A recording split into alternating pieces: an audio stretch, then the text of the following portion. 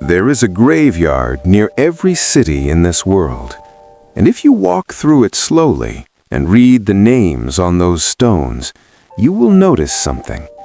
Most of those people never really lived. They were born, they grew up, they worked, they got tired, they slept, they woke up again, and one day they just stopped waking up. And the saddest part? The biggest dreams they ever had, the real version of themselves they always wanted to become, the life they kept saying, "One day I will start," it all went into the ground with them. Unused, unspoken, unlived. This is not just a story about someone else. This might be a story about you. Stay with me. His name was Kamran, 25 years old. Not rich, not poor, just stuck. He had a small rented room in a busy city, a job that paid just enough to survive, a phone that he stared at for hours every night, and a notebook, a brown, old notebook that he carried everywhere but almost never opened. Inside that notebook were pages and pages of ideas, a business he wanted to start, a book he wanted to write, a version of himself he had been designing in his head since he was 17 years old. But the pages were mostly empty. Not because Kamran wasn't smart, not because he didn't have time, but because every single time he was about to begin, something stopped him. Not someone, something. And that something lived inside his own head. Every morning, Kamran's alarm rang at 6. He would open his eyes, look at the ceiling, and think, today I will start. Then he would reach for his phone. 30 minutes would pass, then 1 hour, and by the time he finally got up, the energy was gone. The courage was gone. The morning was gone. He would tell himself, tomorrow will be different. But tomorrow always looked exactly like today.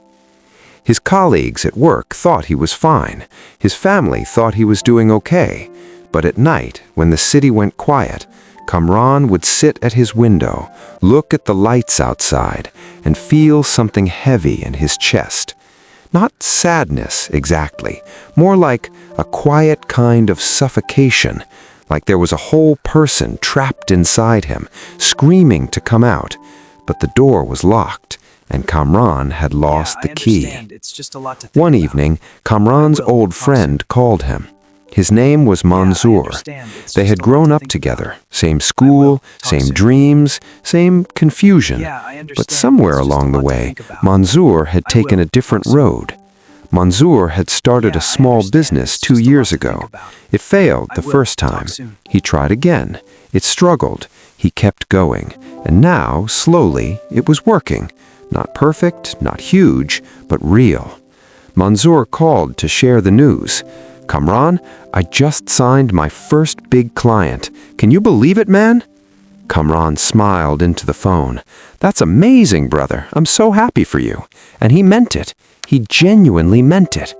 But after he hung up the phone, he sat in silence for a long time, and something inside him cracked.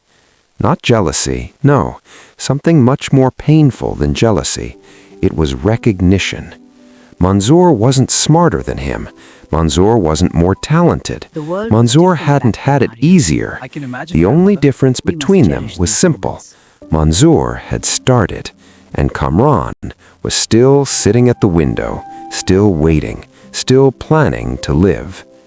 That night, Kamran's old brown notebook for the first time in months, he flipped through the pages, all those ideas, all those plans. Some of them were actually good, really good.